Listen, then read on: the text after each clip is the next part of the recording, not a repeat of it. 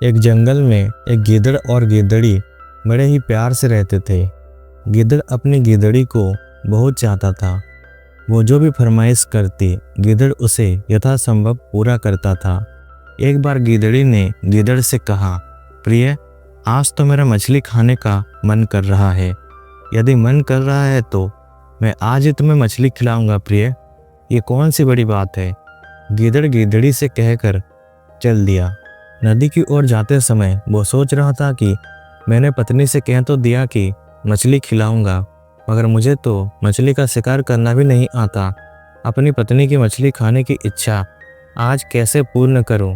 सोचते सोचते गीदड़ नदी किनारे जा पहुंचा और एक और बैठकर तालाब में मचलती मछलियों को ललचाई नजरों से देखने लगा। एक बार तो उसका मन चाहा कि तालाब में कूद पड़े और पलक झपकते ही मछलियों का शिकार कर ले, लेकिन दूर दूर तक फैले नदी के पानी और उसके प्रभाव को देखकर उसकी हवा खराब हो गई थी। पानी में उतरने से उसे इतना डर लगा कि वो नदी किनारे से काफी दूर एक पेड़ के नीचे आकर बैठ गया और कोई युक्ति सोचने लगा। तभी उसकी नज़र एक ऊदबिलाव पर पड़ी, जो अपने एक साथी के साथ एक बड़ी मछली का शिकार करके उसे किनारे पर ला रहे थे। एक ने दूसरे से कहा, ये तो बहुत भारी मछली है, हमारा तो कई दिनों तक गुजारा हो जाएगा। हाँ भाई, ऐसी भारी मछली तो बड़े दिन के बाद हाथ लगी है। उस मछली को देखकर गीदड़ के मुंह में पानी आ गया। वो सोचने लगा कि क्यों ना मैं इनसे ये मछली हत्या लूं। बात तो बन सकती है अगर थोड़ा चतुराई से काम लूं। ऊदबिलाव मछली को घसीटकर किनारे पर ले आए। तभी एक बोला, सुनो मित्र, ये मछली तो एक है और हम दो, अब इसका बंटवारा कैसे किया जाए। एक बोला, क्यों ना हम खुद ही बंटवारा कर लें। दूसरा बोला, देख भाई, यदि हम खुद ही बंटवारा करेंगे तो दोनों के दिल में यह खुटक रहेगी कि दूसरे के पास ज़्यादा चली गई। इसलिए मेरी राय तो ये है कि हमें किसी तीसरे से इसका बंटवारा करवा लेना चाहिए। गीदड़ ने जब ये बात सुनी तो मन ही मन बहुत खुश हुआ और किसी बुजुर्ग के भांति आगे बढ़कर बोला, अरे भाई लोग, क्या सोच रहे हो? सोच क्या रहे हो भाई? एक ऊदबिलाव बोला, बात दरअसल ये है कि हमने इस मछली का शिकार किया है। ये मछली तो एक है और हम दो हैं। हम सोच रहे हैं कि इसका बंटवारा कैसे करें।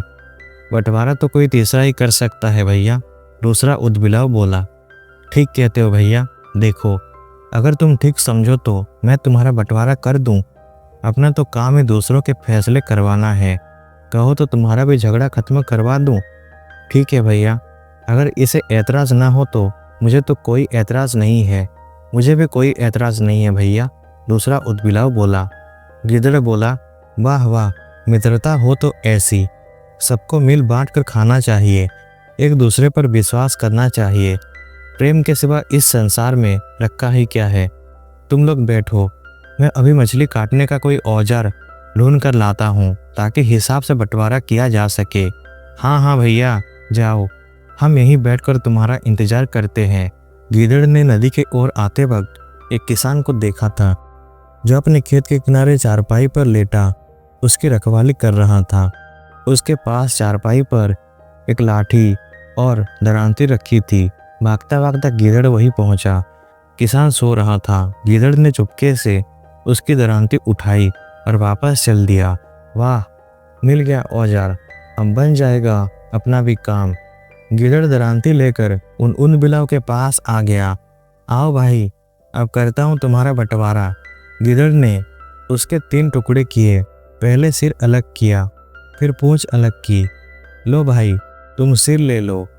एक को सिर का हिस्सा देकर दूसरा पूंछ वाला हिस्सा उसने दूसरे की ओर बढ़ा दिया। लो भाई, तुम ये ले लो। दोनों ने अपना अपना हिस्सा अपने कब्जे में लिया। फिर तीसरे हिस्से की ओर देखने लगे। दोनों ही सोच रहे थे कि अब तीसरे हिस्से का बंटवारा कैसे होगा। गीदड़ ने तीसरा हिस्सा अपने कब्जे में ले लिया।